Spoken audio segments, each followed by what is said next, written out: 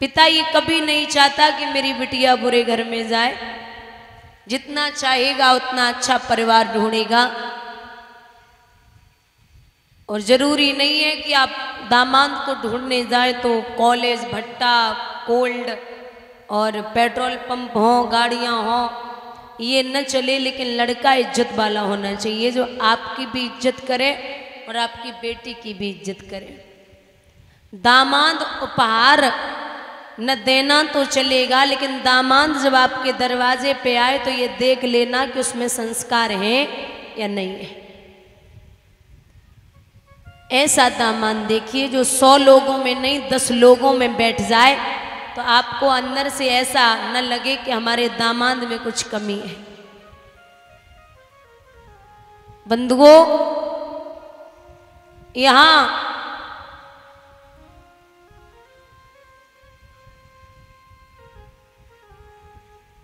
बार बार मैया मैना को समझायो,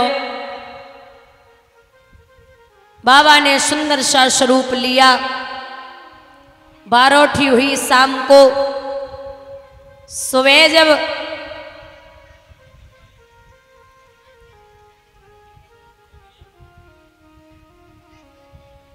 विवाह हुआ तो एक सर्प बार बार बाबा को परेशान कर रहा था। बाबा ने उस सर्प को खोल करके मंडप में बांध दिया। जब मंडप में बांधा और बाबा चले आए, जब बाबा आए दोबारा याद आई है कि मैं एक सर्प को मंडप में बांध के आया हूं, तो दोबारा फिर गए। हमारे हिंदू धर्म में एक रस्म होती है गूंथ खोलने वाली होती है, ये वहीं से बाबा ने शुरू की है। पहले सर्प को बांध आए, फिर दोबारा फिर गए हैं खोलने के लिए। अब विदाई का समय आया तो विदाई के समय में राजा हिमांचल बड़े रोए। जब रोए हैं तो मैया मैना ने जवाब दियो, जब आप ऐसे रोएंगे तो दुनिया के आम पिता क्या करेंगे। तो राजा हिमांचल बोले, ये कहाँ का उसूल है कि सब कुछ बिटिया को 20-25 साल तक एक बाप कलेजे से लगा के रखे और किसी और के हाथ में दे दे। कई पिता तो इतने गरीब होते हैं, अगर लड़के वाले कुछ ज्यादा मांग लें तो महाराज कर्जा लेकर के बिटिया को सामान दे देते हैं। उस सामान की जो प्रिंट होती है ना, वो प्रिंट छूट जाए, लेकिन महाराज बाप के सर से कर्जा नहीं उतर पाता 10 साल तक। कई बेटियां ऐसी हैं जो जयमाला डालने के लिए सज धज के पहुंच जाए स्टेज पे, लेकिन बाप जब आशीर्वाद देने जाता है तो खुद के कपड़े बदलना ही भूल जाता है। ये पिता होते हैं। आप कहीं भी भोजन करने जाओ और भोजन अच्छा न बने तो कह सकते हो, लेकिन अगर एक पिता अपनी बेटी की शादी कर रहा है और वहाँ भोजन में अगर स्वाद थोड़ी बहुत कमी हो जाए, आप ये कभी मत कहना कि भोजन अच्छा नहीं बना, क्योंकि पिता उस दिन के लिए वर्षों तक कमाता है।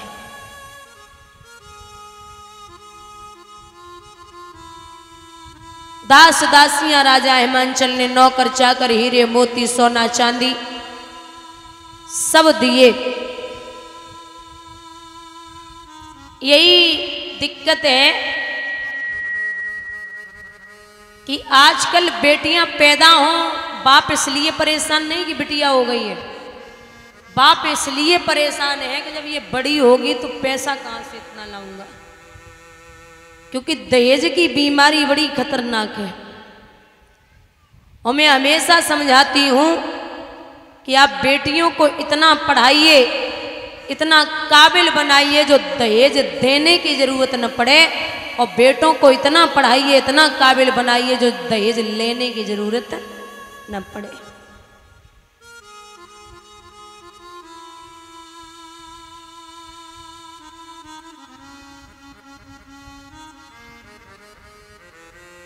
पढ़ाए जाते हैं बेटे, पढ़ जाती हैं बेटियां, लाड़ लड़ाए जाते हैं बेटे, लाड़ लड़ जाती हैं बेटियां, खिलाए जाते हैं बेटे, खिल जाती हैं बेटियां, और उड़ाए जाते हैं बेटे, कल्पना चावला जैसी उड़ जाती हैं बेटियां। बेटी वो रत्न है जो हर किसी के घर में नहीं होता। अगर आपके पहली संतान, अगर आपके घर में पहली संतान बिटिया हो जाए तो आप ये समझ लेना कि सौभाग्यशाली हैं, और बेटा हो जाए तो आप समझ लो कि भाग्यशाली है। पहली संतान अगर बेटा हो रहा है तो आप भाग्यशाली हैं, और बिटिया हो जाए तो समझ लो सौभाग्यशाली है।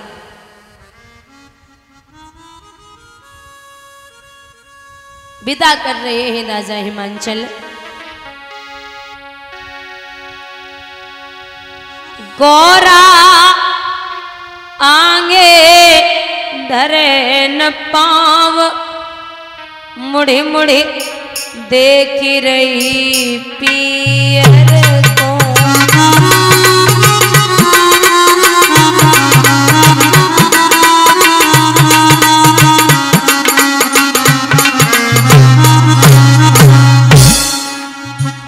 राजा खंभ पकड़ के रोवे, जगह लगी भरे भरे रोवे।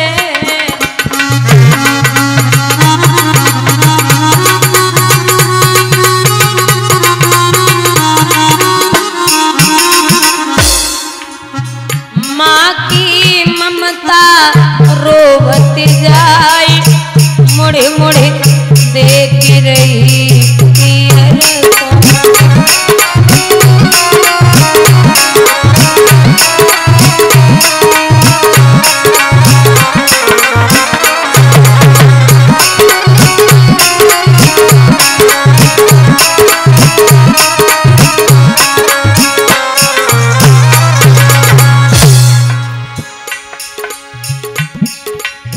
पापा जो तुमने सिखाया तुमसे पाया, पिया घर ले चली।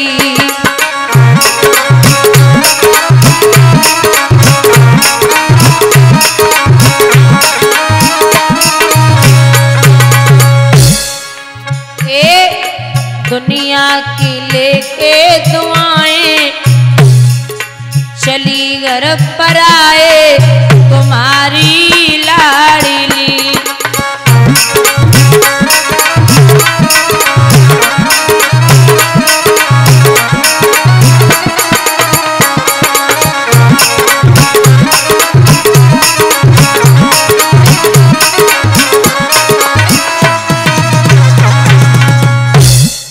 विदा कर रहे हैं। विदा करा के जब बाबा लाए तो मैया ने जवाब दियो, बाबा पिछलो जन्म तो जैसे तैसे हमने काट लियो, लेकिन अब हम आओ बड़ो दिल कर रहो कि आप महल बनवाओ। तो सोने के महल बनवाए गए, सोने के। उन सोने के महलों का गृह प्रवेश करवाने के लिए आए विश्वशर्मा, जो रावण के पिताजी हैं, ब्राह्मण विश्वशर्मा, वो आए। रावण साथ में आया।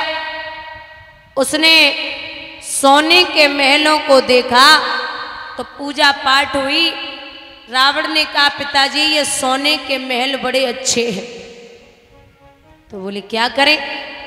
बोले काम करो पिताजी, अब दक्षिणा की बारी आए तो दक्षिणा में आप सोने के महल मांग लेना। ठीक है।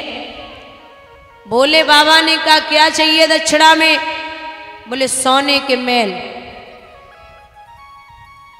सोने के महल बाबा ने रावण को दे दिए। उन्हीं महलों का नाम पड़ा है लंका। बोलिए गोविंद भगवान की। बोले हमारा तुम्हारा गुजारा कैलाश पर्वत पर ही होगा, इसलिए महलों की इच्छा न करो। धन धन भोलेनाथ तो तुम्हारे कौड़ी नहीं खजाने में, 3 लोक बस्ती में बसाए दे, आप बसे वीराने में। आदमी आजकल गांजा पी ले, गांजा और भांग खा ले, शराब पी ले, तो ये कहता है कि इसमें कोई बड़ी बात है, जो तो भोले बाबा ने पी खाई है। तुम्हें ऐसा लगता है कि भोले बाबा ने गांजा पियो भांग खाई, वो तुम्हें भी पीनी खानी है तो एक चीज और खाई है भोले बाबा ने, पता है क्या? जहर। वो तुम ट्राई कर लो, शायद तुम पे असर न होवे, क्योंकि जो बाबा कर सकते वो आप कभी नहीं कर सकते। जो बाबा कर सकते वो आप कभी नहीं कर सकते।